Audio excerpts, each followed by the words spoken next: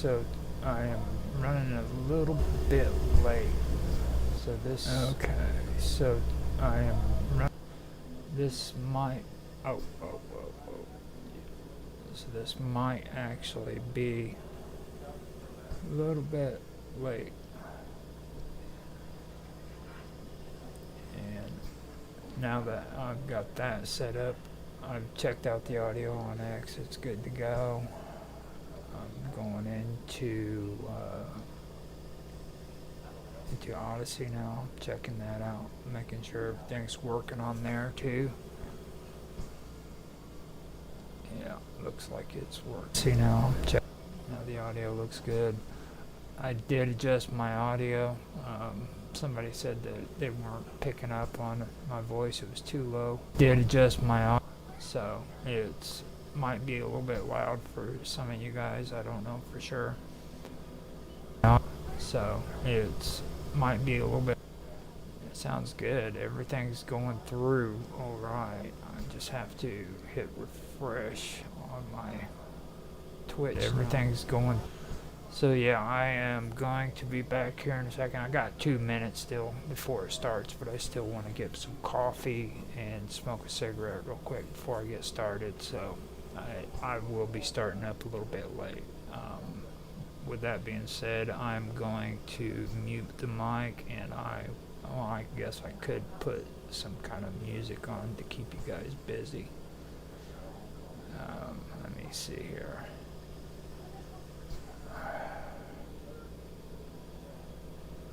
Let me see what this does.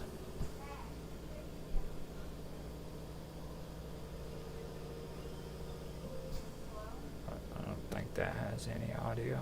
Yeah, that's without audio.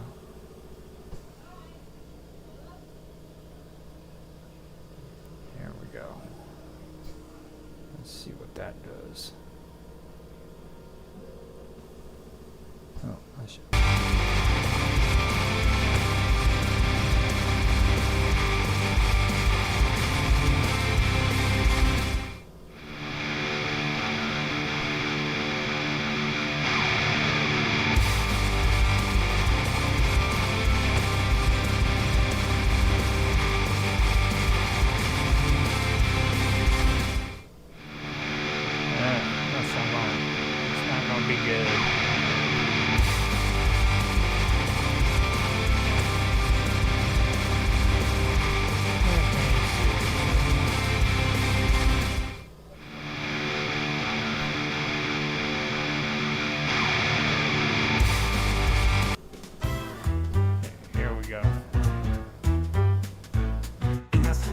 Penthouse where the martinis flow, lurks a secret that only the hip cats know.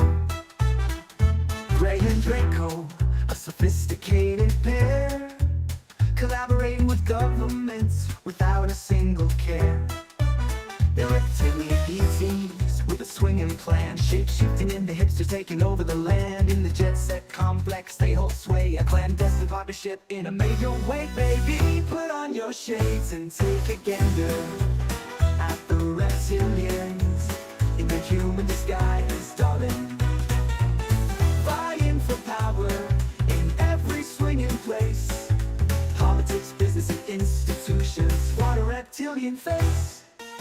Van's the star that guides their way. In the Draco constellation they hold court each day, 303 light years from our earthly sight, but their influence is strong in the hipster night. From 3942 BC to 1793 BC, Van was the pole star, don't you think? A significant place in astronomical lore, but now they're here and we can't ignore. No more, put on your shades and take a gander at the reptilians in their human disguise, darling. Vying for power in every swinging place, politics, business, and institutions. What a reptilian face! Like in the movie, they live where it's hope. Put on your sunglasses and the truth will unfold. A hidden world where reptilians swing, but we won't be fooled. We'll take back our thing. Intelligence experts spill the beans, a secret partnership that's making us snap our fingers. Gray and Draco, an alien crew, working with government governments. What's a hip cat to do? Put on your shades and take a gander at the reptilians in their human disguise, darling. Vying for power in every swinging place.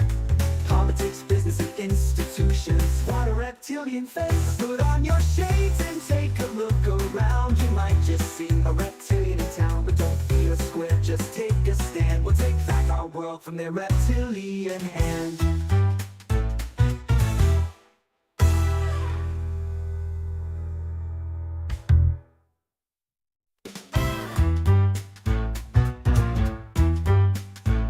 In a swanky penthouse where the martinis flow, lurks a secret that only the hip cats know. Gray and Draco, a sophisticated pair, collaborating with governments without a single care. They're reptilian EZs with a swinging plan, shape-shifting in the hipsters, taking over the land. In the jet-set complex they hold sway, a clandestine partnership in a major way. Baby, put on your shades and take a gander at the reptilians in their human disguise, darling. Vying for power in every swinging place. Politics, business, and institutions. What a reptilian face. Bans the star that guides their way. In the Draco constellation they hold court each day. 303 light years from our earthly sight, but their influence is strong in the hipster night. From 3942 BC to 1793 BC, Fluban was the pole star, don't you dig? A significant place in astronomical lore, but now they're here and we can't ignore. No more. Put on your shades and take a gander at the reptilians in their human disguise, darling. Vying for power in every swinging place. Politics, business, and institutions. What a reptilian face. Like in the movie, they live where it's hope. Put on your sunglasses and the truth will unfold. A hidden world where reptilians swing, but we won't be fooled. We'll take back our things. Intelligence experts spill the beans. A secret partnership that's making us snap our fingers. Gray and Draco, an alien crew, working with governments. What's a hip cat to do? Put on your shades and take a gander at the reptilians in their human disguise, darling. Vying for power in every swinging place. Politics, business, and institutions. What a reptilian face. Put on your shades and take a look around. You might just see a reptilian in town, but don't be a square, just take a stand. We'll take back our world from their reptilian hand.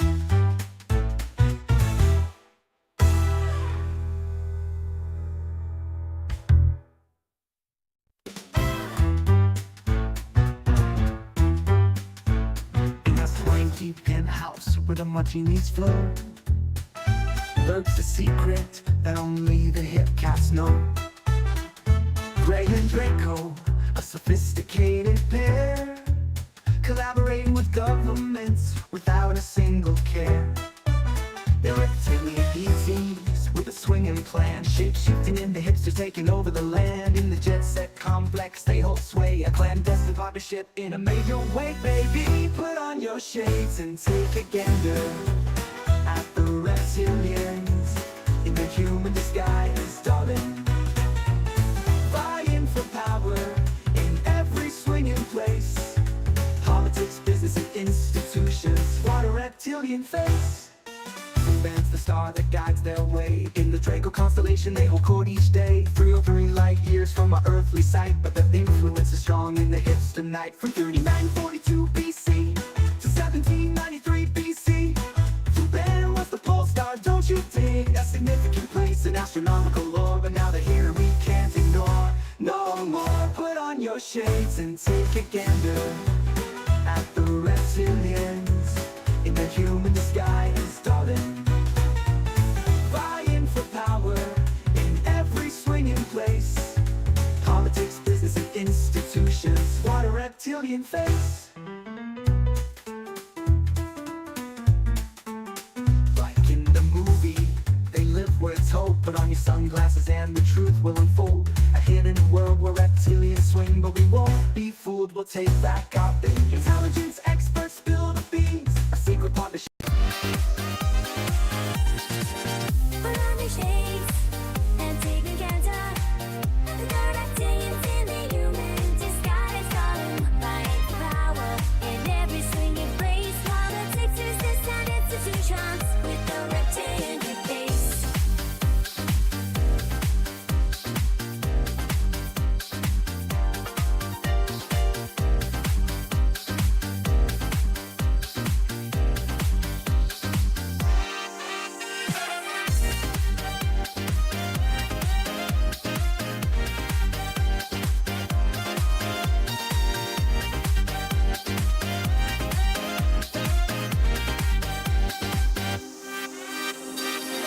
Put on your shades and take encounter. The dark actions in the human disguise. Calling by power in every swing you place. Politics, business, and institutions with the reptilian face. A swing and house where the martinis. Put on your shades and take encounter. The dark actions in the human disguise. Calling by power in every swing you place. Politics, business, and institutions with the reptilian face.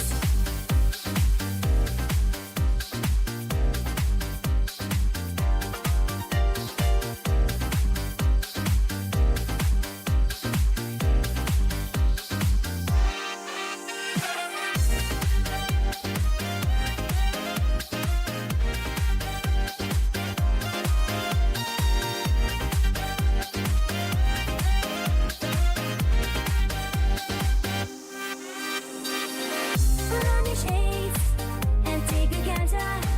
The dark actions in the human disguise. Calling by power in every swing you place. Politics, business, and institutions with the reptilian face. A swing and house where the martinis. Okay, so I am back. I'm going to go ahead and cut that music. Hope you guys enjoyed it. It's some stuff that's coming out with me and Mr. Robot here soon. So, actually, let me turn this back up and then I'll mute it. Alright, I had to put it back on so that I could actually mute it. But yeah, those are some songs that me and Mr. Robot's been collaborating with. Sorry it took me so long to get back. I had to do some extra stuff. But I am keeping account for the time that we have. I hope you guys enjoyed that. Tonight I am going to go farther into some of the stuff that I was discussing earlier. It's not going to be about recovery and stuff, and I really didn't want it to be about that, but I do want to get into some stuff that pertains to my personal life as well, because to be honest with you, I'm not really big on the whole politics thing. Never, well, I was for a short bit, but I never really was. I love political history and stuff of that nature, don't get me wrong. I think some of the beautifulest writing in history was actually done in the past by politicians who actually meant what they were talking about, you know. So, but other than that, I don't really take too much stock into the politics that's going on today. So, and with that being said, the reason why I freaking want to do this is because there's a lot of issues that people don't talk about on the internet that's real life, and I think that they should be discussed. So with that, I am going to start discussing some stuff that happened. I mentioned it in quite a few of the other streams that I've done, but it concerns the juvenile courts, and then also child custody and stuff of that nature, because I've had experiences with that I really think I should bring up and discuss. So that's basically what this is going to be about. So I hope you guys enjoy, and I will do my countdown and get the actual episode started. and hopefully I get some people who want to watch this. Because it's not pretty, I'll tell you that right now. It's 12 past the hour. I could go ahead and start it, but I want to at least take a drink of coffee. Alright, let's see what we got here. Make sure I didn't mess up. I just accidentally hit my mouse. Alright, here we go. Let me go ahead and get my countdown started, and we'll be ready to go. 3, 2, 1, now. Hello everybody, and welcome back to another episode of Live with Roger Hanson. I'd like to welcome everybody back and get started with the show. Now, I want to discuss some more stuff that relates to my personal experiences rather than go into stuff about politics or even gaming, to be honest with you. I've done some good stuff on gaming and things of that nature, but I'm not going to get into it. Now, I do a lot of stuff that concerns the paranormal, UFOs, strange, bizarre, unusual stuff, but I'm going to hold off on doing that with Live with Roger Hanson, because I don't want to get basically pinned down to that being the genre that I usually do. There's a lot of content that I do have out there. If you guys want to check it out, it's you can go to the Wonderful World of Weirdness. That's one channel that I have, and then I have another one that's Strange Stories. Now, if you want to find that channel and it's hard for you to find because of the search option, SEO, what you can do is go to the Wonderful World of Weirdness, and I have that channel posted down at the bottom, as well as my partner John's. Me and him both run Wonderful World of Weirdness together. He's in England, I'm here in the United States, so if I'm not awake, he is. But he's got his channels too, which you can check out there as well. That's the best way to find my channel, Strange Stories, which I have all of my raw videos on there, as well as the ones that are edited and put up on the Wonderful World of Weirdness, so you can check all those out if you want to. That's all my weird, strange, bizarre, unusual stuff. So and like I said, I don't want to get pinned down to that while I'm doing this video series. Usually I do about 12 of these videos per series per season, and that's what I'm going to stick to with this right here. So let me see what's going on. I have got issues going on with my frames. Let me see if that's so. Let me see. Yeah, I've got to double check, make sure everything's coming through. Let me see. Yeah, I had a issue with my internet just now, so I wanted to get that. Of course, had to start doing it once I started recording, you know. But it looks like we are all set up now. Before I get going, I'm going to tell you guys I did do a make talking points up for this, but they were pretty fast, because here in the last week, or maybe a week and a half or so, I finally buckled down and started doing some work with a project that I've been doing with Minds Gaming through Glitch using A-frame. So I have been working more on my coding. It's just I'm using A-frame instead of freaking the normal JavaScript, so it's kind of annoying, because it's I think that it's like the nightmare code. That's what I like to call it. And the reason why I say that is because even though I'm learning how to use A-frame, all, you know what I mean? I still haven't learned anything or relearned any of the old stuff I knew about JavaScript and all of that. So it's pretty crazy. It's a different way of doing this stuff. So, but I am doing that. I'm getting this stuff all straightened out. I've actually helped out or started helping him out with doing a VR room, and it's coming along so far. It's pretty cool, you know what I mean? So I do have a snapshot of it. I could probably share that screenshot of what I've done so far with it and let you guys look at it, but there we go. That's the beginning of it for me. It's, believe it or not, it's all about baby steps. Like, everything that's there is my creation. I've done all that. That wasn't borrowed from anybody else's pics or anything. I did that off of Blender, created all those assets. So that's all my stuff. And I put it together to start just the outsides of the lounge for Minds Gaming. This is his lounge for Dude Where's My Wallet. If you guys want to check that out, you're more than welcome to. It's a pretty cool setup that him and Within the Vacuum and Bob Dub do on Minds.com. So you check them out. They're part of Minds, the Minds Underground, the notorious Minds Underground. So go check them out, and you'll be able to go in there and hang out with them, talk about intellectual stuff.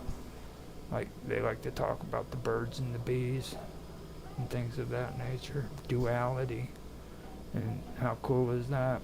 So, and plus Satori D too. I keep forgetting Satori D. He's also in there as well. So give him a shout out. Let him know that you're there, and then go check out some of their shows. They're also doing projects with Mint Me, where they've created their own cryptocurrency token, and they are trying to get something going with the token system. So if you guys are interested in any of that, you know, like I said, go check them out. They got some good stuff. So I'm wanting to switch this back over to something really cool, but I haven't really set anything up that's really cool, to be honest with you. And I really wish I did have something that's cool, but I don't. I'm trying to find out if I have any background images that I can use for this.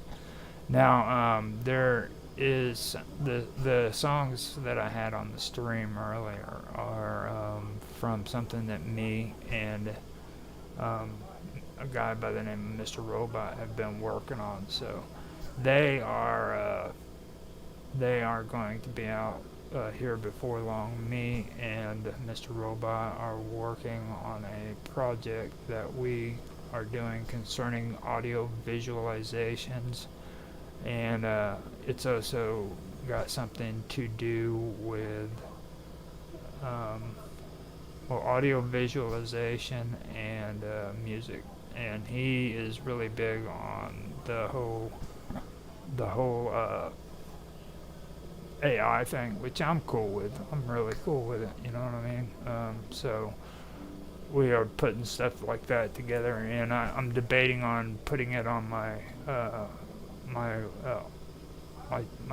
show or series, the G Spot, or if I want to do it on the other one that I have called Murder Time Fun Time. And you guys know what that's all about. If you've played frickin' any video games, you know where I got the term Murder Time Fun Time from, so you know what I'm talking about. But anyhow, I'm debating on if I put that on there. It's going to be some good stuff. So with that being said, I guess I can get started on the topic that I wanted to discuss. So I wanted to I did this outline, and like I said, it was pretty quick. But I think that I need to really think through what I wanted to start with. The thing that I need to really start out with is from the beginning of all this stuff. This topic is going to be about the child services and the Department of Child Services, and then the juvenile courts, and it's also going to involve, you know, me and where I played a part in it, as well as what I learned and stuff about it. Now, first of all, where this all happened is I mentioned before where I had sobered up, you know, and at the point where everything started up with my ex-girlfriend, it was about 2 years where I was sober, all right, and I've mentioned this before, maybe not on this video series, but I've mentioned it in other places. But what happened was is I got into, after about 2 years of being sober, I jumped into this whole thing of wanting to make amends to everybody who I thought needed to be made, have amends made to them, and that is when I ended up bumping into an ex-girlfriend that I had back when I was like 21, 22. She was 18. So yeah, I was about 19 actually. I was about 19 years old when I first dated her. And we had went our separate ways, and I ended up bumping into her. And then after that happened, what happened was is I decided that I was going to go visit her one night, and I went over to her house, and bam, it was on like Donkey Kong, you know what I mean? What I didn't understand was is that even though I went there to make an amends to her, I was in the process of impregnating her. So I ended up having a baby with her. She was the second person that I had a baby with. My first one was back when I was 17 or 18. I was just hitting 18, I believe, and it was for my oldest boy back whenever he turned around and or whenever I was living in Arizona. Now that was a teenage pregnancy. So my first boy was born as from a teenage mother, and the second one happened years later. I first met my second son's mom 2 years after the stuff happened with my first son's mom, and we went our separate ways, and then bam, next thing you know, I sober up. 2 years later, I ended up getting this girl pregnant with my second son. So that's how it all basically started. So I had 2 children out of wedlock, and it's kind of important to say that because this is a different area of the whole subject that doesn't really pertain to a lot of the stuff you hear about when it comes to it, because you'll always hear people talk about their experiences with the juvenile courts and the civil court, you know, when it comes to child custody, and they're married to one another, or they have been married, you know. But this is from the aspect of a father who was never married to the mother, or you know what I mean. So this is for me really interesting because, for one thing, I've actually done research on a lot of stuff that pertains to this subject, and there aren't too many people who actually even have gone through these experiences, and a lot of them that I guess have gone through these experiences, they really don't want to talk about it because I guess there's a lot of guilt and shame involved in it, which, don't get me wrong, I mean, I do have a lot of guilt and shame that's involved in a lot of the stuff that's happened here because of my sons. You know what I mean? They didn't have the chance to have a real father in their lives for the longest time, you know, and I'm the one 100% is squarely responsible for that. They deserve to have a father, you know, and I never got to watch them grow up, and I never got to change their diapers, or never had any of those things that's happened. And that's something that I do want to say, you know, because it's very important. And so that's basically where all of this starts out, you know what I mean? So I ended up not having a relationship with them mostly because of my drug and alcohol addictions, and other issues that I'm not wanting to bring up, you know what I mean? But the second one with my second boy, I can't even say that it was the drugs and alcohol. It was just a horrible relationship that me and his mother had that really turned out bad, and I ended up having to separate myself from that situation. Now, that is what I was talking about with my talking points. I believe that that I need to start at a different point from where I originally did my talking points. Now, what happened is me and my ex, we were dating, and I ended up getting her pregnant. Now, while we were dating, this was the same time that I was like living over in Evansville, Indiana, which is about a 3-hour drive from here where I'm at, West Frankfort, Illinois, Southern Illinois. And I was seeing her, but I was also going back to Evansville and working and living there. And then after a while, she ends up getting pregnant. Well, I turn around and I started thinking about, you know, the whole family thing and doing it. I even proposed to her. I asked her if she wanted to marry me.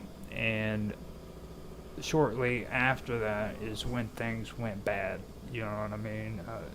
Well, during the whole time period, too, things were getting bad because, like, I was visiting her for the weekends, and I would go off to like AA meetings, you know what I mean? And when I came back home, or came back to her house, she was drunk, you know, and she would freaking hide her alcohol up in the freezer and stuff whenever I was around, and then pull it out whenever I was not there and getting drunk, and things of that nature. It got to the point where I would be at work in Evansville, and I would get phone calls at work from her crying her head off and everything, drunk off of her ass. The next thing you know, she's doing that, and when I get over there, she's freaking going into complete blackouts where she didn't even realize that I was there, or she didn't know what was going on. At the time, I didn't even have a driver's license, and I was going and picking up her oldest boy, who is now the oldest boy. But at the time, he was the only one there. He was going to school just down the street, so I'd jump in her vehicle, drive down there, and pick him up after school, because she was in a complete blackout and didn't even realize that she needed to go pick up her son, you know. And these were the kind of things that was going on. So what happened is I ended up having to eventually just break it off with her. And that wasn't enough. There was something else that was happening with me at the time that was just looking back at it now, I can honestly tell you it was a bad idea. I mean, it was a bad idea, but what happened was is I decided that I wanted to try again, and I told her that frickin' I would be back the following weekend, so that we could talk things out, hang out, and start trying to get back together. And the following weekend came, and since I was late getting there, she took it upon herself to have sex with another person who, by the way, was friends with my sister and her then brother, or her then boyfriend. And that didn't go over well with me too much, you know.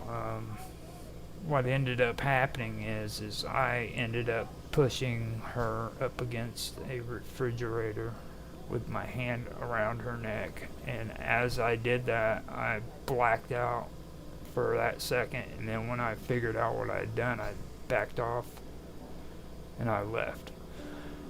So that caused a big problem, you know. And then, like, she has this sliding door window that I literally pulled off the hinge because she wouldn't give me my freaking card.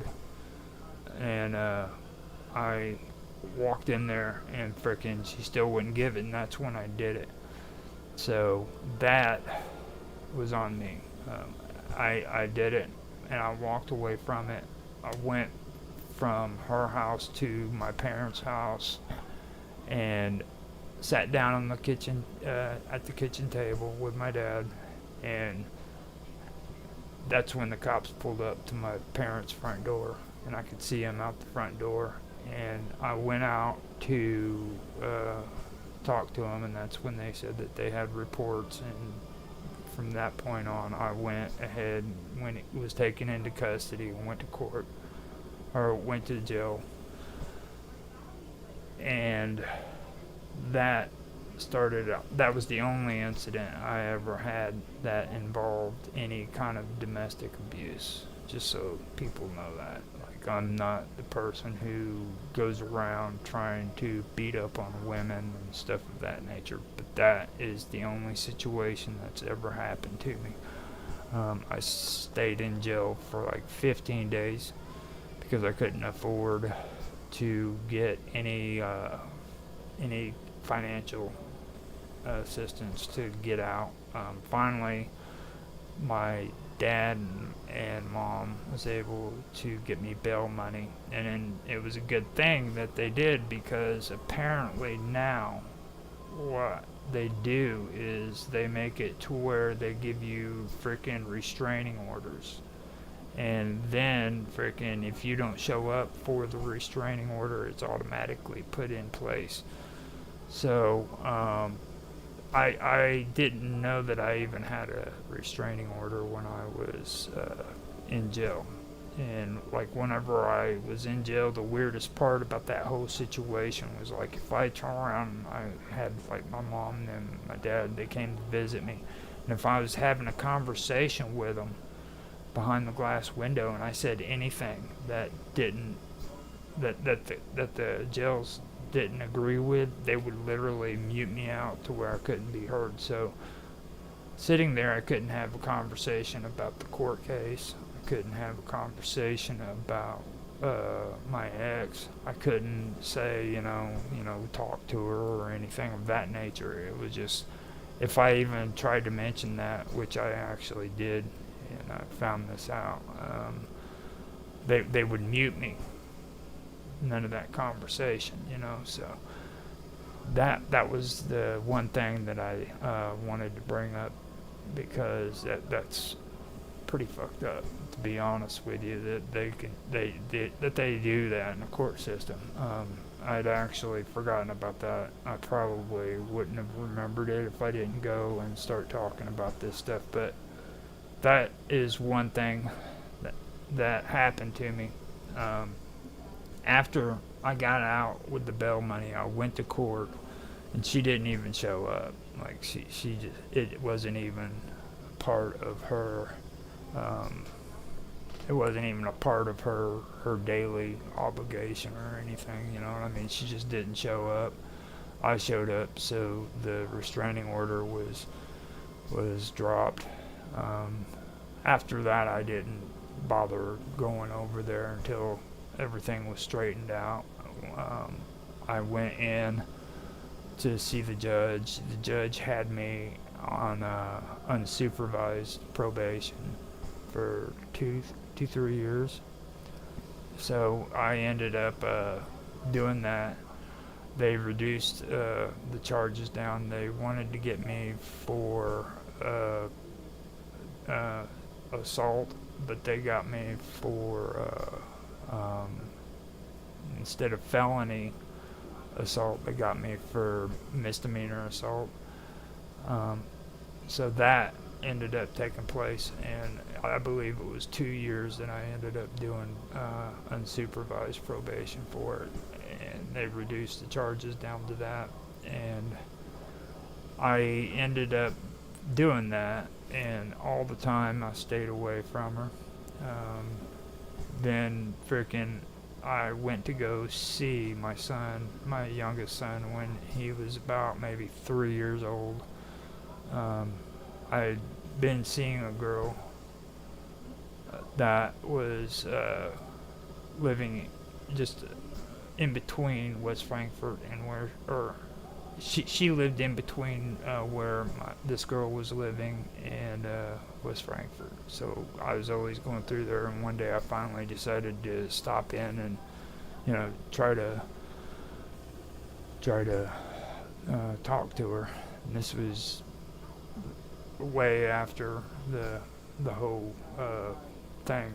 So we ended up, at the time, I thought, making our peace, and we ended up talking, and I got to see my son for a little while. Got to see his bedroom and hung out with him, and came back, and I even hung out with her and her oldest boy and my son, and watched them playing out by the swings and stuff, and it was cool. But where I messed up is like she wanted me to go to the store, and I told her that I could go to the store for her, and the kids wanted to come with me, so I took them with me.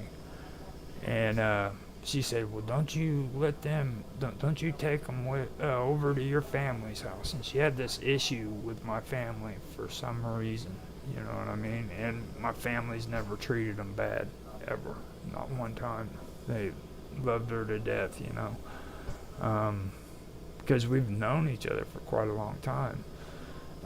And she just had a problem with it. So me being the idiot I was I went and I took them over to my sister's house, and they got to play with my nephews and nieces, or he got to play with my nephews and nieces.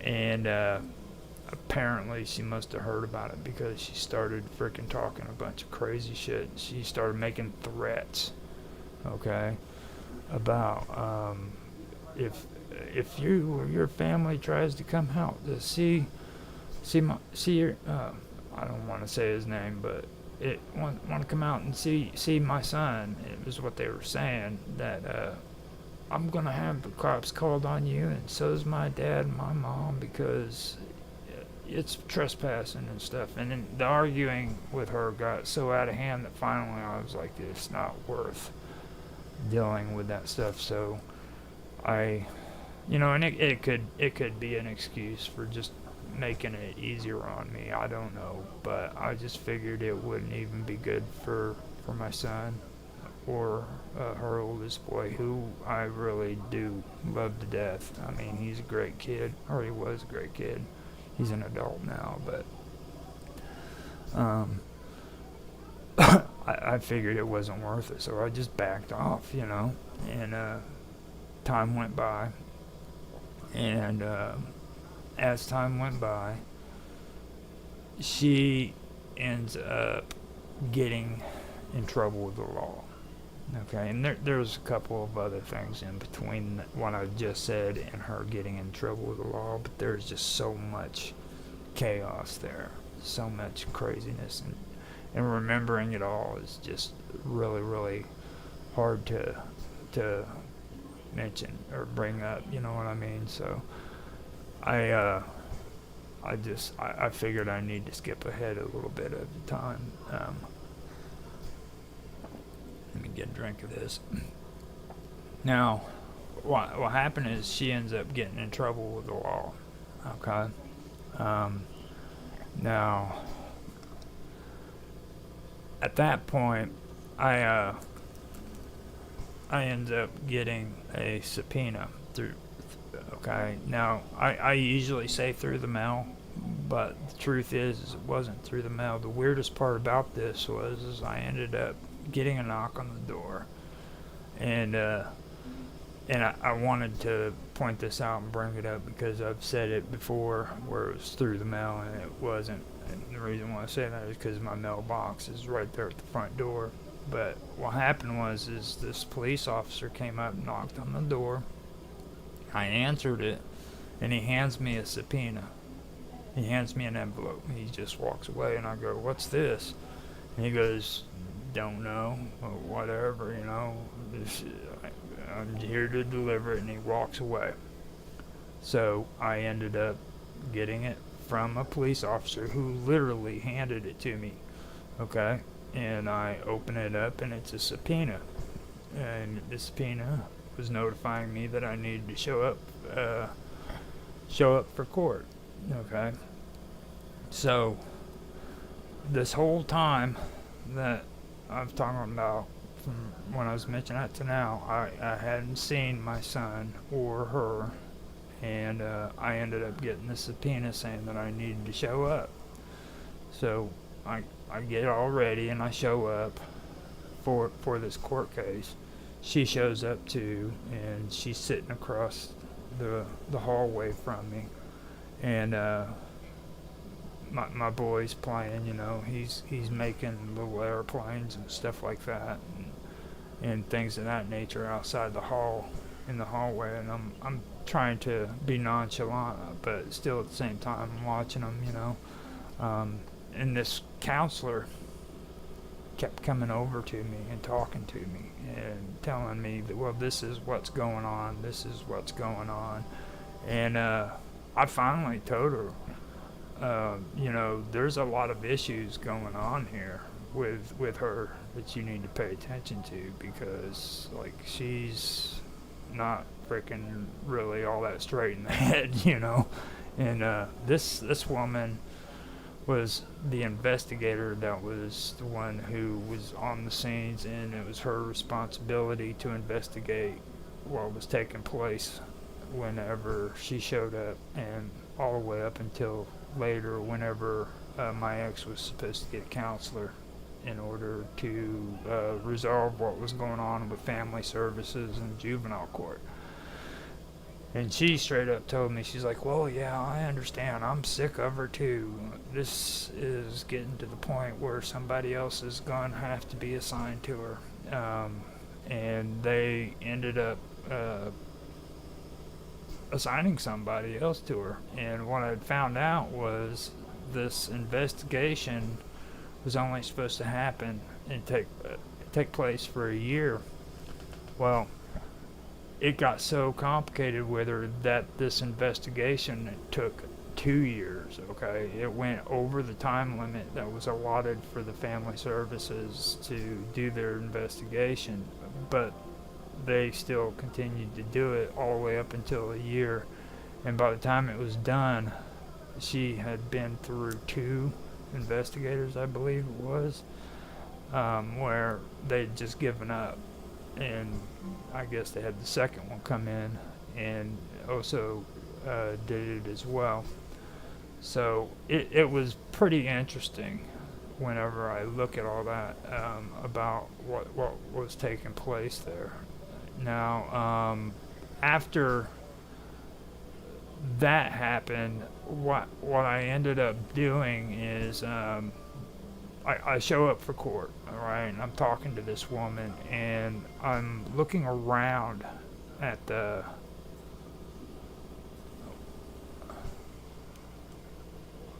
I was looking at around in the hallway, and the thing that got me was this little plaque that's sitting up on the wall, and it was talking about freaking all of these rights that women have or victims have and stuff like that. And I was watching my son play, and my ex was there with her mom, and I was paying attention to all these other people that were around, and all the time they had saying that this court system was or these trials that were taking place were private, and they weren't public, open to the public. So whoever went inside had to be family members. You know what I'm saying? Or not family members, people who were involved with the case. So that was one thing that really stuck out to me. Now, I ended up getting into the courtroom, and when I get into the courtroom, this is something that I wanted to bring up that is very important. I ended up going into the courtroom, and I found out that these people, the prosecuting attorney and the court, or the judge, okay, none of them had any idea how I was notified. Even though a police officer came up and gave me a subpoena to show up for court, they didn't know how I ended up getting that subpoena. Okay, they were even amazed that I was showing up there. They had no idea. Okay. What had happened is the court and the counselors that were all involved in it, or the investigators who were all involved with it, they took my ex's word when they asked her where I was, and she told them that I wasn't around. So they decided that even though she was in trouble with the court systems and with child custody, they decided to take her on her word for that, and waived a diligent search, which is supposed to be mandatory. Okay. Now, it's like I said, first they turn around and they freaking they extend this investigation from 1 year to 2 years when it's only supposed to be 1 year. But then they also waive a diligent search for me, which I also want to let everybody know. If they would have done this diligent search, they would have found out that I was only 15 minutes away from my own son. You know what I mean? All they had to do was do the diligent search, find out, oh wow, and I'm closer to the courthouse than what I am to my son. So I was even closer. I could walk there and be at court if frickin' I needed to. You know what I mean? That is what my issue was. Okay, so like they didn't even do the diligent search for me. So that was something that that got me. That was the reason why they were really surprised to see me when I showed up for court, because they had no idea how I ended up getting a subpoena, nor did they know where I was located. They didn't even do a diligent search to find me. You know what I mean? So when I showed up there, that was a big surprise for them. Now, like I said, I only live like 15 minutes away from my son, and maybe 5 to 10 minutes away from the courthouse, which has been just north of me.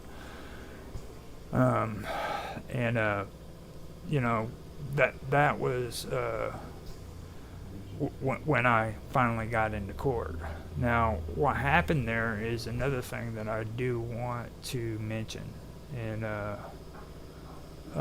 this is very, very important, because a lot of people fall for this. Now, when I got into court, they asked me if I wanted a public defender, and everybody jumps on this public defender thing like it's just the greatest thing in the world. And I was one of them. I fell for it. I was like, yeah, I probably should get a public defender. I didn't think much about it. So I said, yeah, sure, why not?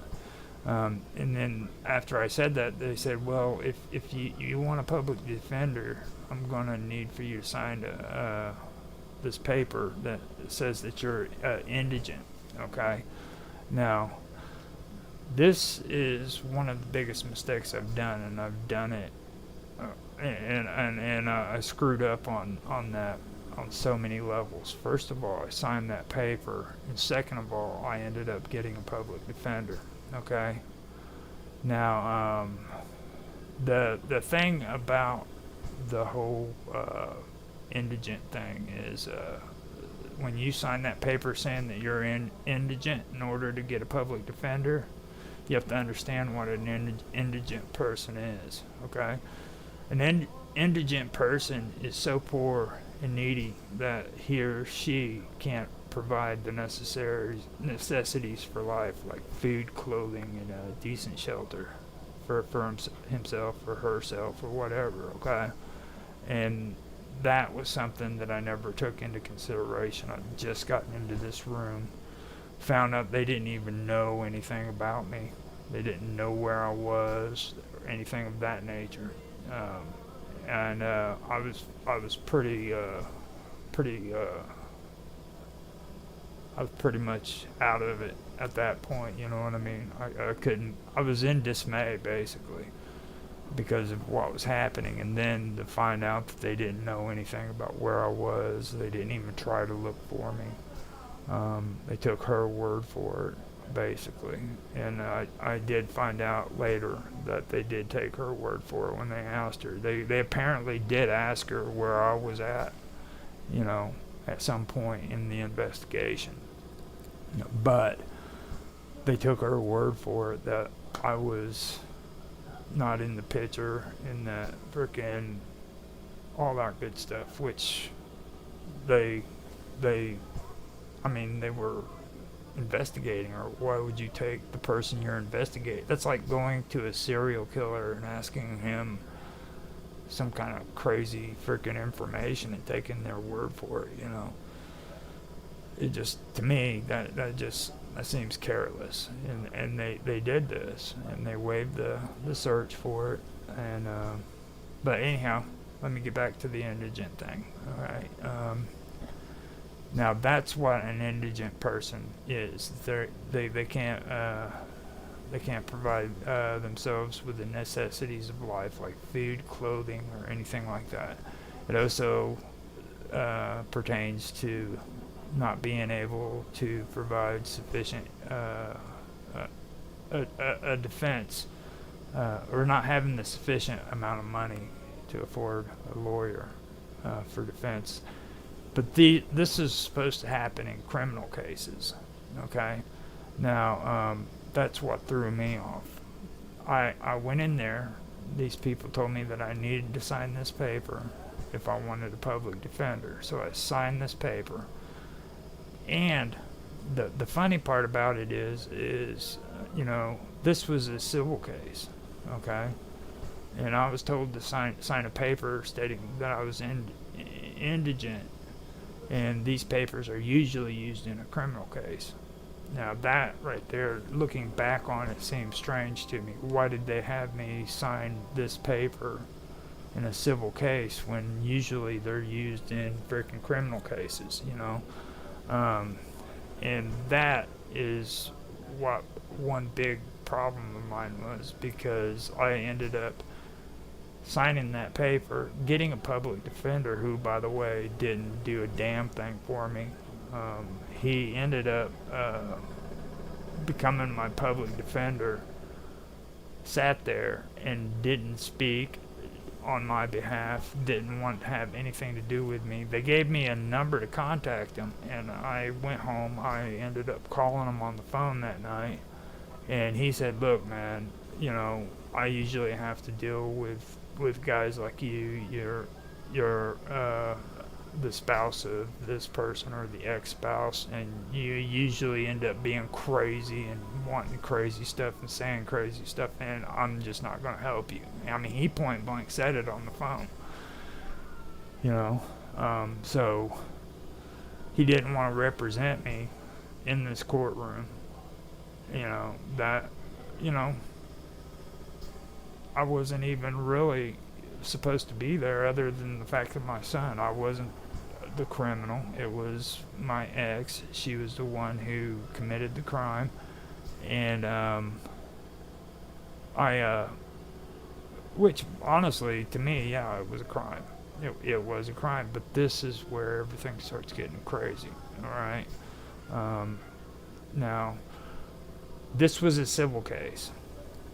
Now, the thing about it is I was told to sign that paper, and this paper said that I couldn't take care of myself, you know, with clothes or anything of that nature. And they gave me this public defender who literally did not want to speak on my behalf. And later I found out, while the court was going on, that because I signed that paper, freaking, I was not allowed to speak on my own behalf within court, inside the courtroom. I had to have my public defender speak for me, and the only way that I could talk in court was if the court gave me permission to. Okay? So basically, I had to have a middleman there to speak for me, and because freaking I had signed that paper saying that I wanted this public defender said everything for me, and I didn't say anything. He never conferred to me, never told me what was going on, and he went back into the back room when they did their little negotiations and everything, and he never once spoke to me about any of it. You know, that was something that I did want to share. I'm glad that I remembered that going through my talking points, because I didn't put it into the talking points. But that was something that I need to be careful, or that we all should be careful about. You know, be careful when you go into these courtrooms and you decide that you want a public defender, and understand that the reason for the whole indigent thing too is going to be coming up here before long, and there'll be a reason why I bring that up, especially when it comes to these child cases. Don't sign these papers because you don't have the money for a public defender if it's a civil case, and you're not in trouble with the law, is what I'm saying. Now, I guess certain situations are perfect or pertain to certain people at certain times, but just be aware when I tell you that you do not want to sign that paper, okay? Now, this is where I wanted to go over the whole thing about civil cases versus criminal cases, and how it relates to my ex and to me and things of that nature, okay? This will get into the whole indigent thing. Now, my ex-girlfriend, throughout all of this situation, was never charged with a criminal case, with a crime, alright? And that's the messed up part about it is they ended up going in, and by the way, during the whole process, she never once had my son taken away from her at all whatsoever. He was still in the household. He still lived there. He never left the house, basically. But my ex-girlfriend was never charged with a criminal case, okay? And the thing about it was, the really messed up part about it was this: my son was like 5 or 6 years old when this happened, and my ex tried to overdose in front of him, okay? Now, he turned around. He was smart enough at that age to where he could call for help. So he gets on the phone and he calls the ambulance, and the ambulance comes out there to help her. All right, and he probably saved her life that night. Okay, but she did. She sat there in front of him and almost overdosed because of freaking drugs and stuff. Which I knew she did have a problem with drugs problems too, because back whenever I was dating her, and she was doing the drinking thing that I was mentioning, there was also the painkillers. Like she swore up and down she had a back problem, and she was going to all of these pain centers to get freaking Oxycontin and shit like that, so she could freaking quote unquote relieve the pain, you know. And she was doing that, and that's one thing that I do have to remember. She was doing that, and I've seen a lot of people since I've sobered up that are going around and doing that too. They're hitting these pain centers trying to get Oxycontins and drugs that are supposed to be doing that. But I heard that recently they've been cracking down on the opioids, so hopefully that's not as big of a trend as what it was when she was doing it, but she was doing it. But anyhow, she ended up almost overdosing in front of my son. He calls the ambulance the ambulance shows up. So the ambulance shows up, and they got her right there. She's ODing on drugs. Because she was ODing on drugs, the ambulance notified the police. So then you get the police showing up on the scene. So you have the ambulance and the police showing up on the scene too. All right. And still, out of that whole situation, the night that it took place, my son wasn't taken out of the home. He wasn't freaking taken to a place and evaluated to see if he had drugs in his system, which is a part of the family services regulations. They usually do that to find out if there's drugs in a system. That didn't happen. There was no criminal charges brought up against her, even though the ambulance showed up and the police showed up. There was nothing. It was nothing. Only thing that happened is this investigator shows up like 2 days after it had happened, knocks on the door, and she refuses to answer the door for her. She did this repeatedly, over and over again, to where frickin' when they knocked on the door, she just wouldn't answer the door, until finally they forced her to where she had to talk to him. You know, I guess it must have been through the court systems, threats of going to jail, something. I don't know much about that because the court systems doesn't allow you to know any more than what you need to know. You know what I mean? So, and through this whole situation, let me point it out to you too. She had no criminal case. This was a civil case, and not one time was there any drug courts involved. Like, she had no drug court involved.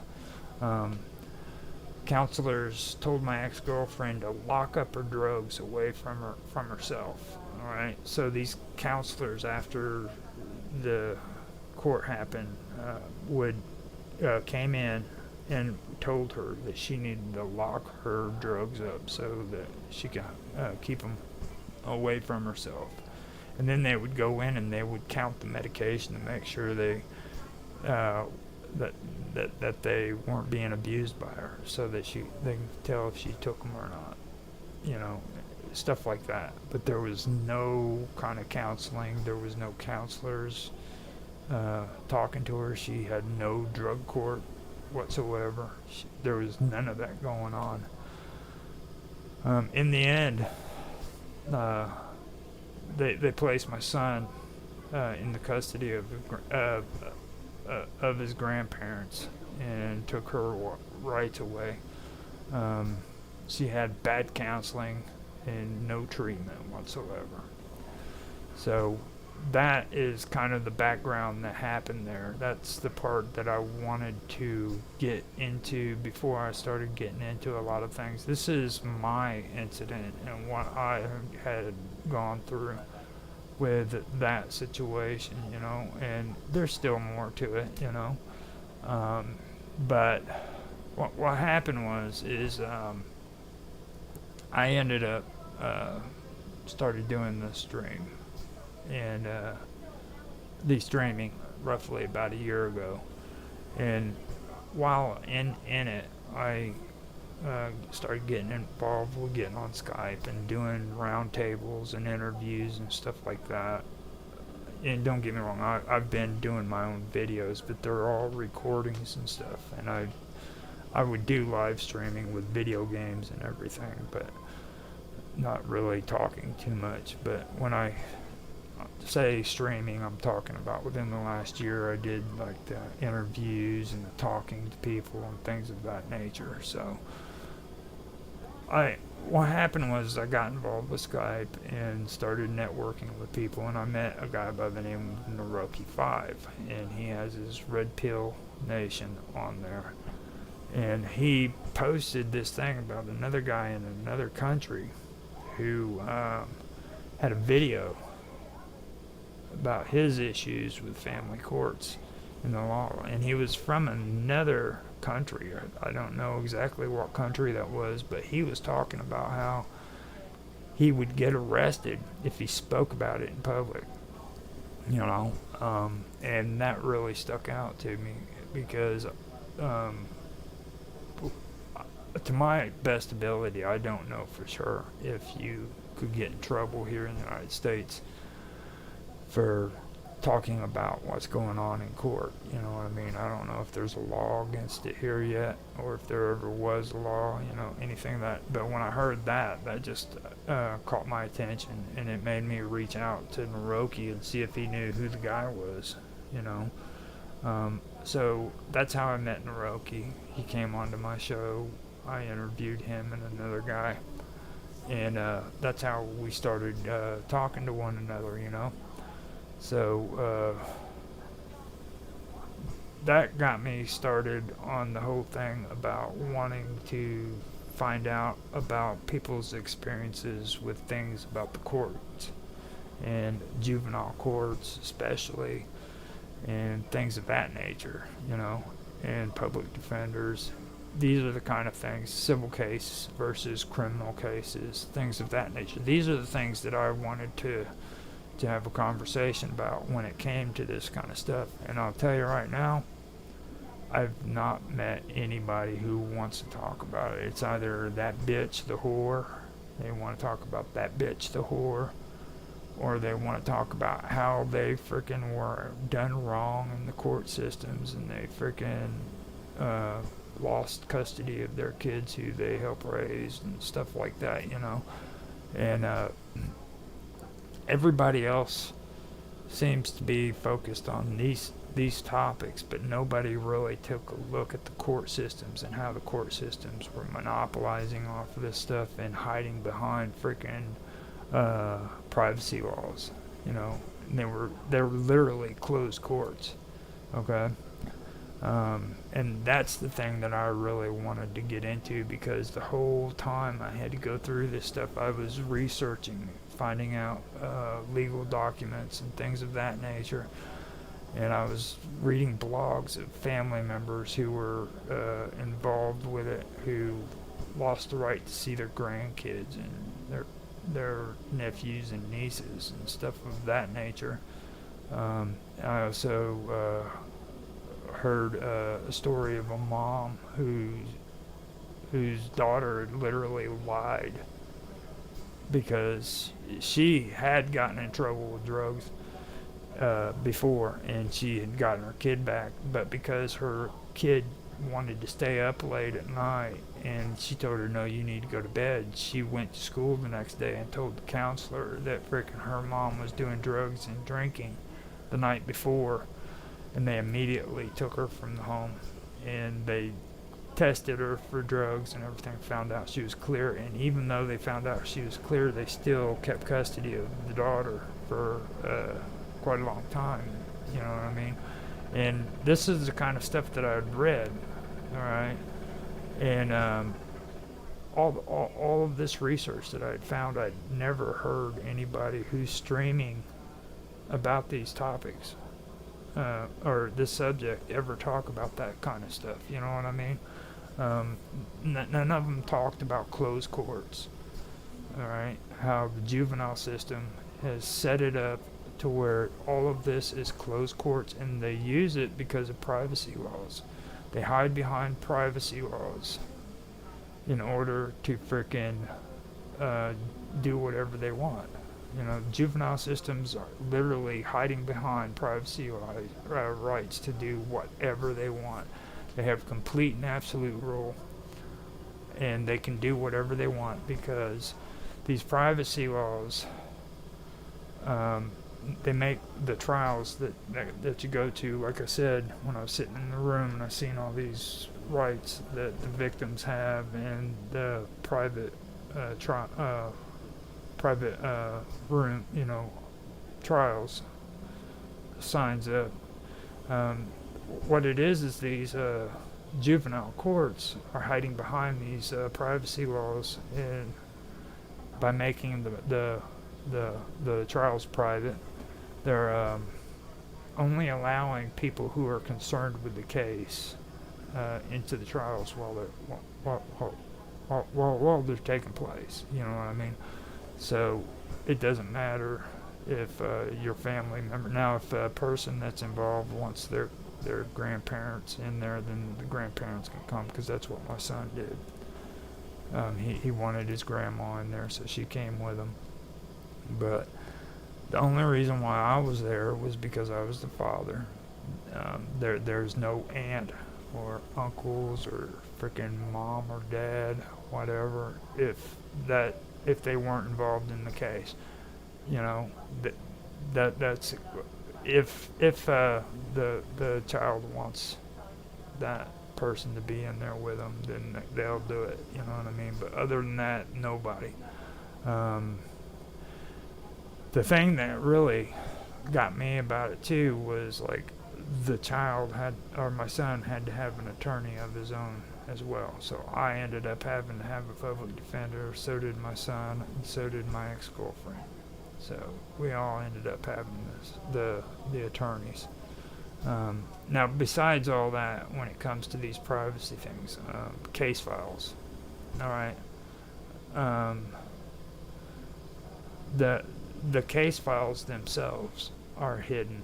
Like, the court system literally denies access to these court cases because it's children involved. Okay, and they do this with all of them. It doesn't even just have to do with custody cases and family services. This is everything about juveniles. Okay, all of these files are hidden from the public, and they do this because they're supposedly protecting those involved. All right, so they basically have free run of everything. That judge gets up there, he makes his decision. As long as he's wearing that robe, he is the final decision. You gotta understand that. He has absolute law. That judge has just as much power as the freaking people in the Supreme Court while he's wearing that robe, and as long as he's doing his part as a judge. Now, if I disagree with the decision they have to make, or they make, okay, I have to go and ask the freaking government for permission to sue, and then the government has the right to say, well, yeah, you have legal rights to sue this person. I just can't go and sue this person. You know what I mean? I have to ask the government for the right to sue this person. Then when they say it's okay, then I can sue them. So that's something that really stuck out to me whenever I was going through this process and learning about it. So the first thing that I learned was I don't go in and I don't sign any papers saying that I'm indigent, especially when it comes to a public defender. Now, most people probably would get a public defender that would help them out, whatever, but it didn't happen to me. It didn't happen to me at all, so I just wanted to say that. After that, I run into this situation right here, you know what I mean? With these files being hidden and everything. Even though I'm this boy's father, I wasn't allowed to know the information that was involved in the case when it came to what the police, why the police didn't do an investigation and bring my ex up on charges. I wasn't allowed information on that. I wasn't allowed information on what these investigators found during their investigation. They literally would not let me have any kind of files whatsoever when it came to family services in the court systems either. I mean, there was actually nobody to contact when it comes to the court systems, because what they do is they are supposed to be responsible for this stuff, the juvenile courts, and they dole out the responsibilities to all of these non-governmental organizations. So what they do is they go and they frickin' get the cases, and then they transfer it over to family services, which isn't a frickin' government office. It's a non-government office. And the family services, they turn around and they do the same thing. They dole it out to somebody else. So they turn around and they give the responsibilities over in this area to an organization called the Catholic Social Services. So it's gone from the juvenile court to family services. Then from family services, it's gone to Catholic Social Services. So that's 3 organizations right there. Now you'd think that that would be enough, right? No, it's not.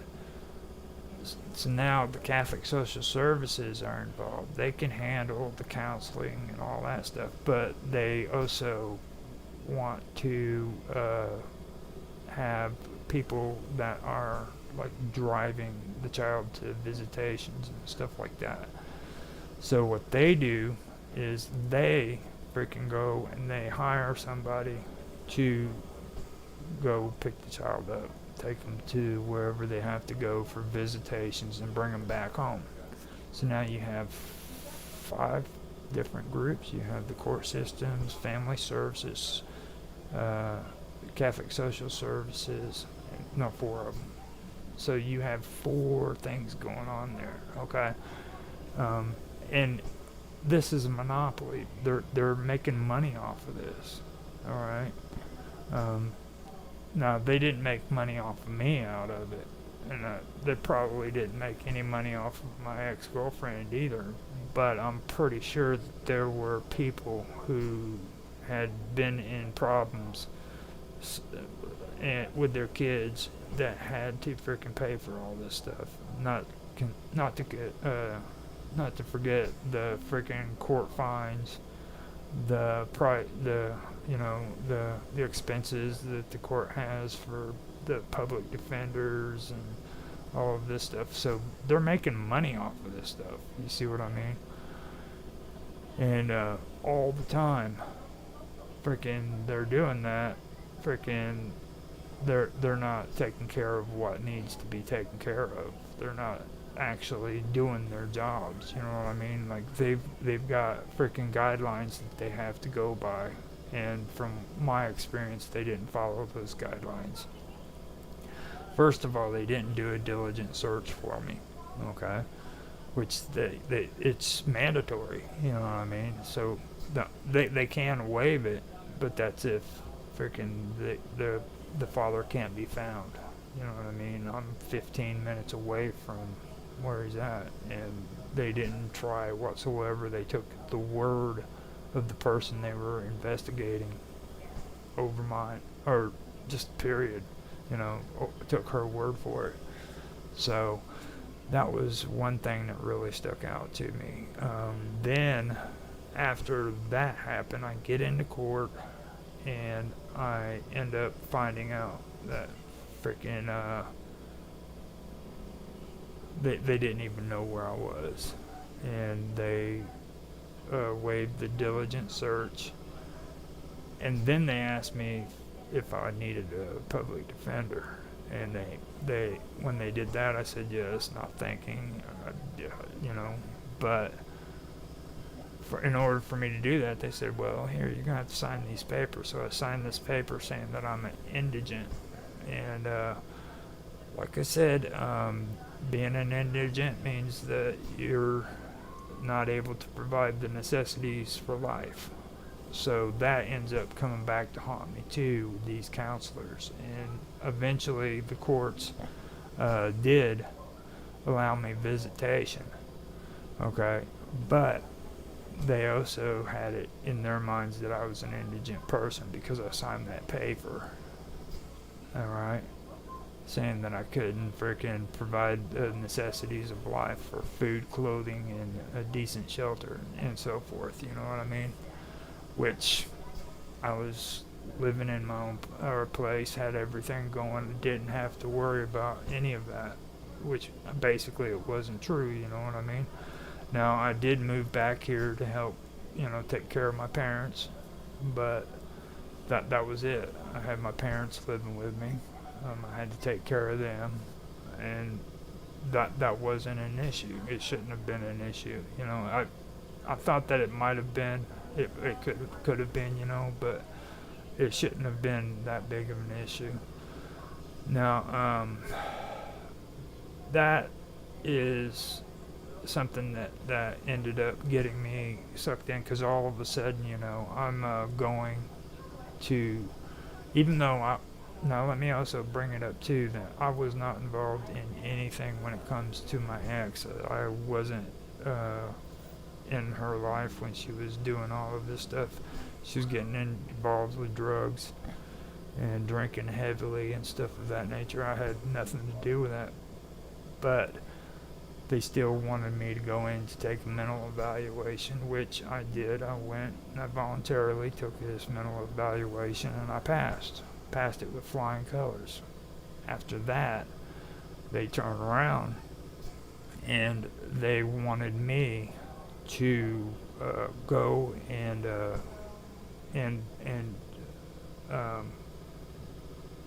they wanted me to go and first they wanted me to do the mental health evaluation. And I'm trying to get this all straight so that I don't mess up. I can say it as appropriate as I possibly can. So I went in and I did the mental evaluation, and after I did that, they turned around and they also freaking wanted to come into my house and inspect the house. I wasn't involved whatsoever with any drugs or alcohol or anything like that. I've been sober for freaking well over 21 years now. I was sober back when this was taking place, you know what I'm saying? But they wanted to come in and inspect my house. Now, they ended up, oh wow. They ended up wanting to do that and wanted to inspect my house. Okay, but while they were doing that, they didn't want to tell me that they wanted to place my son with me, or if they didn't want to place my son with me. Okay,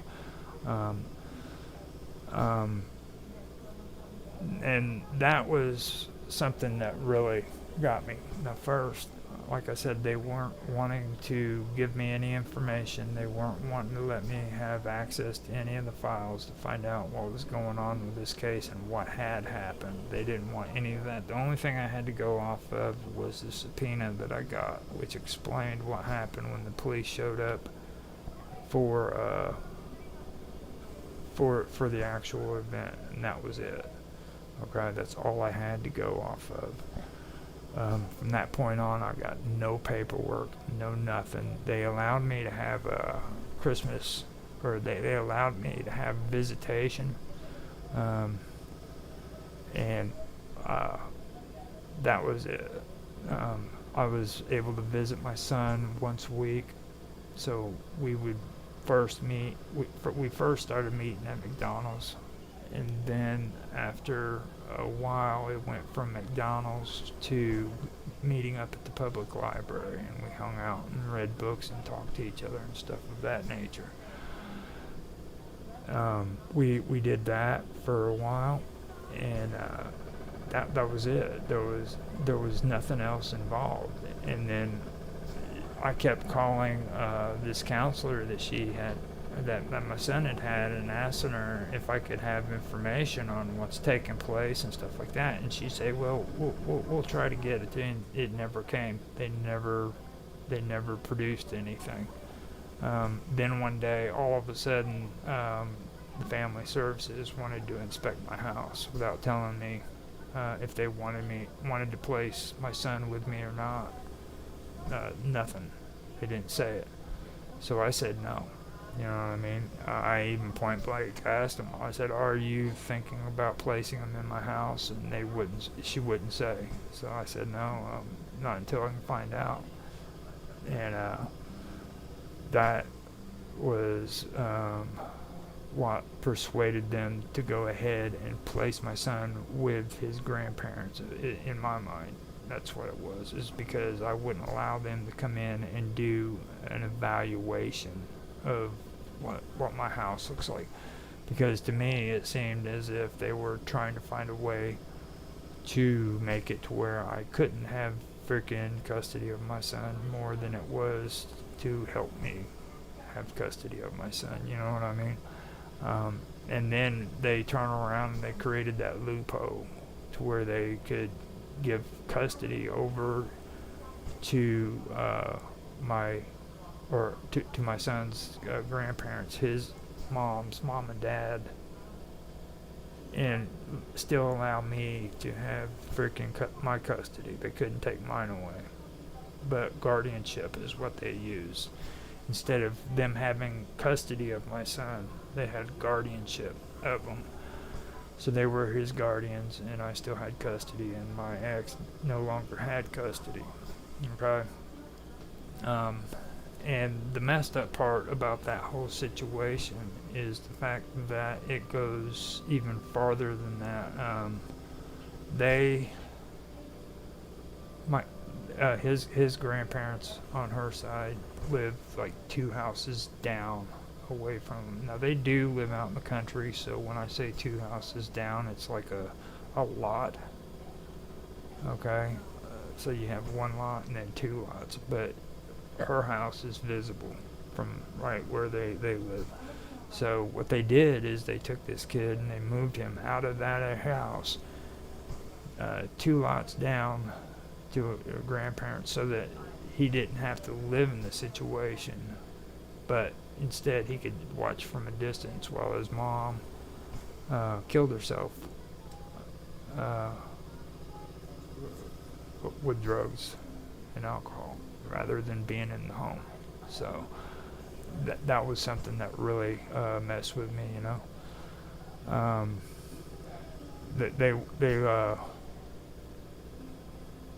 They ended up coming up with this excuse that they wanted to go off of the wishes of my son over my wishes, which at this time was him being in my custody. And it got to the point where I finally said in court, you know, look, I want custody of my son, and the judge basically berated me right there in the courtroom because I didn't show up for like 2 freaking court cases or court things, you know. And I found that pretty offensive. It was pretty bad, you know what I mean? The whole court system and what took place there started to seem as if it was nothing but a kangaroo court. These people go in, they sit down, and the judge freaking hears the case, and then the judge and the attorneys go back in the back room and they discuss things, and then they come out and everything is settled, it seems, you know what I mean? And it seemed like everything was just a kangaroo court is what it really ended up being in my sense. It got to the point where my ex literally stood up. The reason why I said I wanted custody of my son was because my ex ended up standing up and talking shit to the judge, and then started talking shit to me and walked out of the courtroom. Okay? And I'd sat there and I'd paid attention and I'd listened, and freaking I watched as these people freaking allowed this woman to freaking get away with drug abuse after drug abuse. Okay, she would steal the freaking medications that they told her to put inside of her safe, and they would always catch her. They let her slide on it. They freaking did this for another year, year and a half, all the way through, and never once did she get in trouble with the law. Did they force her to go into some kind of treatment, drug court? Nothing. She didn't have to do any of that stuff. So it really got out of hand, you know. So that is one thing that really stuck out to me, and it to this day it still drives me nuts when I stop and I think about that stuff, because it's something that these courtrooms have been doing for a long time, and the rules that they're supposed to follow, they're not following them when it comes to these family services. They're just completely not following them whatsoever. And I had to witness that myself over time. Now, the thing that I do also want to mention too is like I said, I had to take the mental evaluation, and I ended up freaking showing up for court, doing the mental evaluation. I had the visitations going, and things of that nature. But in the end, what happened was is they gave custody over to his grandparents rather than me. And what the final blow was that really hit me hardest was a week before Christmas. Okay, this woman who was his counselor calls me on the phone a week before Christmas and says, we are no longer going to do the visitations for you anymore. You know, waited a week before frickin' Christmas to do it because she's going on vacation, and it's going to be the beginning of the new year when she gets back, and she wanted to start it all fresh. Now, because she was worried about her cases starting over fresh, she's going to call me up a week before Christmas so that she could say that I didn't have any more visitations with my son. Okay? That's how shallow this was. This is how bad it got, you know. And I really wish that frickin' I would have said more and have been more hateful, you know what I mean, when it comes to that situation, all of this situation, because in the end it got to the point where I didn't have any hard feelings for my ex anymore, because for one thing, she was a drug addict and an alcoholic who needed help and didn't get the help that she needed. Instead, she ended up getting the runaround. These people who are supposed to be reuniting families aren't reuniting families. They're actually making the situation worse. And I got really, I was got more angry at these institutions than I did with her or with her parents or any of them, you know what I mean? I don't even know for sure if it was her parents that were making the threats or if it was just her talking out of her mouth. Her mother was a great person, always nice to me, to my face, but you know, I've met plenty of people who were nice to you, to your face. So I don't know if that was true or if it was just a bunch of lies. Which with her, it could have been a bunch of lies. She was something else. I generally knew that I was crazy, alright? But the only person that I honestly know who's crazier than me would be my ex-girlfriend. And and I can honestly say that. Like, she is 100% nuts, you know. So that was something that I had to deal with when it came to, or that I have to deal with. Like, I don't know for sure if that's true or not. I know that there was a lot of things that were said later on when it comes to my son. Me and him had a falling out because eventually what happened is my son was, like I said, living 2 houses down from his mom with his grandparents, and at this point, what I'm about to get into, my son and his oldest brother's grandfather passed away, and their grandmother is the one that was there taking care of Wayne. Now, all this time, my ex is running around, running and gunning is the term that we used. She was doing the drugs still, doing the alcohol, getting in trouble, and somehow she ends up stealing my her oldest boy's friend who lived next door's drugs, and took them back to her house. And he went over there, and she came to the front door and tried to get into a knife fight with him. All right, and they ended up having a drag out fight. Okay, now I was still talking to both of the boys on good terms and stuff, and they told me this, and I wasn't thinking of it from the point of view of siding with her. Okay, first of all, I still care about the woman, no matter what anybody says. You know what I mean? I still care about her. She's the mother of my child. You know what I mean? And that's just the way it is. And I let them both know that. But also, I was listening to them, and it was more important about what they were saying rather than what happened. You know,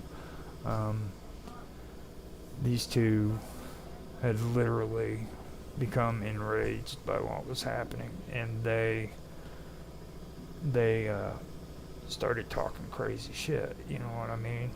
And I told him, look, man, you know, you need to freaking make up. You need to, it's bad what she's done. She's been arrested, because what happened was they got into this fight. The cops showed up. They went into her place and found cocaine in there, and she was arrested for cocaine.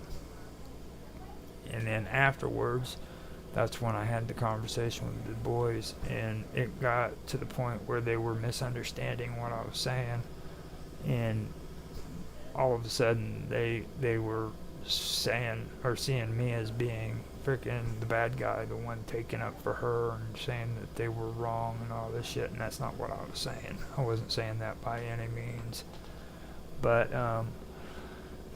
we got into a pretty big argument over it, and it was a while before I talked back to him again, and it took about 2 years, and we're still kind of off and on with the conversation with one another. I love them both, and I hope the best for them, you know. Now these organizations too, I also wanted to mention that I had a situation with my oldest boy where, like I said, it was a teenage pregnancy, and you know, I was always into drugs and alcohol back then, and it got to a situation where me and my ex back at that time were messing around, and her freaking grandmother, who was had custody of her, caught us messing around on the couch, and that got into a big fight. And that was when they decided that they were going to leave for Reno, Nevada without me, because at the time we were going to go to Reno, Nevada together. and I had quit my job and gotten all ready to leave, and we were set and ready to go. And when that happened, freaking, I ended up staying in Arizona, and they left. And from that point on, she was still pregnant with my oldest boy. I didn't even know his name when he was born. Okay. But from that point on, when they left, I had no clue what was happening. I would contact these non-governmental organizations, child support enforcement, and try to figure out, who my son was, what his name was, things of that nature. And I got literally nowhere. These people will not give the father or the other person who they want child support from any information pertaining to children. So there goes the privacy thing again. So you get no help from these organizations whatsoever. And this happened for quite a long time. I just met my oldest boy when he was almost 30 years old. Okay. I found out what his name was when he was like 25 or 26 years old. Didn't even know his name. Okay. I got a picture of him. He's a good looking kid. He had this picture of him when he was a teenager, and he looked just like me. It was eerie because when I looked at it, like I was looking at me when I was 15, 16 years old. It was that it was that weird for me, But that was what happened when it comes to my oldest boy there, and I got no help. What ended up happening is my sister ended up getting in contact with a cousin that I have, and they started searching for him. And they ended up doing an internet search and finding out where my ex-girlfriend from that situation was, and found out she was bouncing from place to place and where her favorite place to bounce to was. So they ended up contacting her through that address in Indiana, and by luck, they were able to get in touch with her, and she later contacted me by phone, had a conversation with me, and that was where it all started. That's where I found out what his name was, how old he was, things of that nature. I still didn't talk to him. That didn't happen until about maybe 3 years ago. And that's when he decided to move from Indiana here. And this was all after all the stuff that happened to my youngest. It was all under the bridge. But he ended up moving here. And I've realized that boy has a lot of me in him, because he is an asshole just like me. He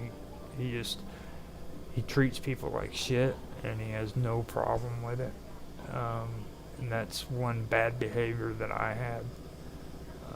It got to the point where he was doing that with my dad. And I mean, I know my dad's old, he's grumpy, and he's dead set in his ways, but you gotta learn how to respect your elders. And that's something that I will not tolerate. I will not tolerate when anybody disrespects their elders. I've got to sit here and take care of my mom and my dad, and whenever they start acting that way and getting all crazy, I do my best to bite my lip and just say yes, Dad, yes, Mom, whatever, and it got to the point where me and him bumped heads, and he moved out. He's living with my niece and her husband now. I hope he's paying rent with them, but You know, I love them to death, but there's just a certain time where you have to start telling yourself, look, man, you might love them, but that doesn't mean that you be their best friends, you know. I'm not gonna bend on that. You treat people with respect, and you can't be disrespectful. And I'm trying to do that right now. Um, I've had some issues that had taken place in my own personal life that that have affected me. I've had more things wake me up since I've been sober. Like the craziest shit that's ever happened to me in my life has happened now that I've been sober compared to when I was drunk and high. When I was drunk and high, I didn't have to fucking contend with shit, you know what I mean? Other than the pain towards the end, you know, the pain of drinking and doing drugs.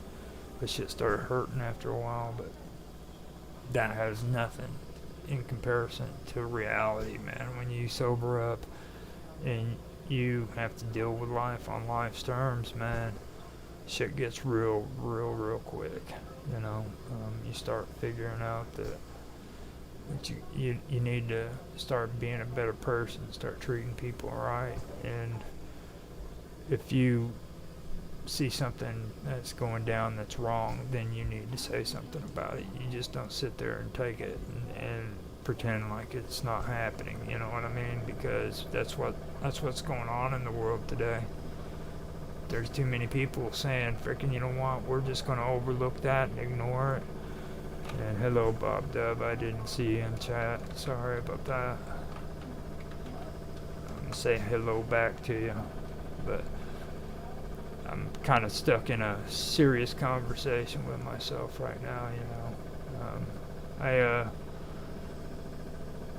But it's true. I'm starting to see that stuff now that I'm getting older, that we need to be more, as older people, we need to be more freaking,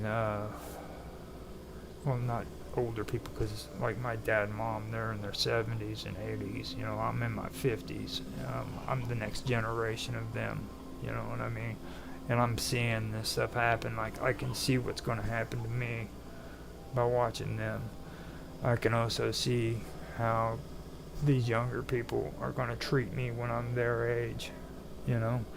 So I don't put too much stock into this freaking, you know, what do you think we should teach the young people, you know? Well, I've sat and I've watched how they treat older people, and it's horrible. It really is. It's a real horrible thing. And that's what society's turning into. It's lack of respect for these people. They just treat them like shit and think that freaking it's okay to, you know. And it's not okay. There's a lot of serious things taking place in this world when it comes to the elderly, and they need to be paid attention to, because in the end, you know, we're going to be that too. And that is basically the reason why me and my oldest boy got in a big fight, was because he has that attitude, like frickin' it's okay to be this way, you know what I mean, and to treat people like shit. And I could not cope with that. I ended up frickin' getting into an argument with him, you know. And you know, I was upset because like he was planning on moving out, and I'd be cool with that. But like when he freaking started acting like he wanted to sneak out, you know what I mean, rather than tell us, hey, look, we're moving out, or I'm moving out, I got a little upset about that too, you know. So yeah, I know it's time for. There's a time when people need to leave the den and stuff like that, but I mean, the only reason why I don't think he freaking snuck out was because freaking he had his computer here and he didn't know how to sneak it past us without being seen, you know. So But he at least moved somewhere safe, and he's there with my family still, and hopefully, you know, he doesn't hate me too much, because one of these days he should talk to me. And I don't like how things ended with him and his mom, and I don't want it to be the same with me and him, you know, because I never got to know him when he was a kid, and it all goes back to what I said in the beginning, you know. I mean, these two never had a chance to have a real father, somebody that was there, willing to, or that was able to take them back and forth to school and give them, you know, give them money and allow them to go out on their first date and change their diapers, stuff like that. So that's the one thing that really gets to me, and I don't want to go too much into that, because I could actually get kind of mushy, start talking about love and shit like that. But I am aware of all that, and I know that I love them to death, you know. I mean, and that's really the way it all comes down to. You know, these courts, they can frickin' say whatever they want. They can say that frickin' that you don't have any more rights, like you're no longer their father. But the truth of the matter is nobody can say that. Like a father, you're their father no matter what. I'm pretty sick of society anyhow, and the way, you know, they this whole system is, and how we're supposed to abide by the rules according to their way. But if you don't abide by those rules, guess what happens? Yeah, better think about that one. You know, it's a big world out there, and I'm not the only one in it. There's a lot of bad people doing a lot of bad shit, so that's the reason why a lot of these rules are here, and I have to accept that and understand that. But that's pretty much all the stuff I wanted to talk about when it comes to this stuff. I've only got an hour and 41 minutes of videotape in, but I've got like an hour and 57 minutes of stream, or yeah. So I think I've done pretty good. It looks like I have. And I do appreciate Bob Dub for stopping by and saying hello. So far, it looks like I've got a couple of views, but that's pretty much it. I mean, that's all I can do. Usually, I try to stretch it to 3 hours, but I do not want to sit down here and try to stretch this any farther than I have to. It is. I've covered a lot of the important stuff that I needed to talk about when it comes to this subject, and for me, I think that I'm done with it. You know, I'll come back and I will try to do another one that's a full 3 hours. Like I said, I only do 12 videos. I haven't got the 10th video edited and put back up yet. I've been doing a lot of other stuff, but after I'm done here, I will go in, finish that, and I will have it scheduled to come out. I believe that part 9 was this week's upload scheduled, so that one should be out, and I'll have part 10 ready for next week. This one should be 11. I usually don't like saying what parts there is in a video series, because that means that I'm going to have to do it all in the right order, if that makes any sense. Like, if I leave the episode number out, that means I can just publish it whenever I want on any platform, and I don't have to make sure that it's all the same, in the same order, and stuff of that nature. That's just a way I've been doing stuff that seems to be helpful for me. So with that, I guess I can go ahead and get off of here, and I will talk to you guys later. I hope you enjoyed. If you did, leave a comment, have a conversation with me. I love to talk in the conversations or in the comment section more than I do in any chat. So let me know what you think about it, and if you got any experiences or anything of that nature, and you want to talk about it, then share it with me. I'll be more than happy to listen and have a conversation with you. And with that, I will say good night, and I hope you guys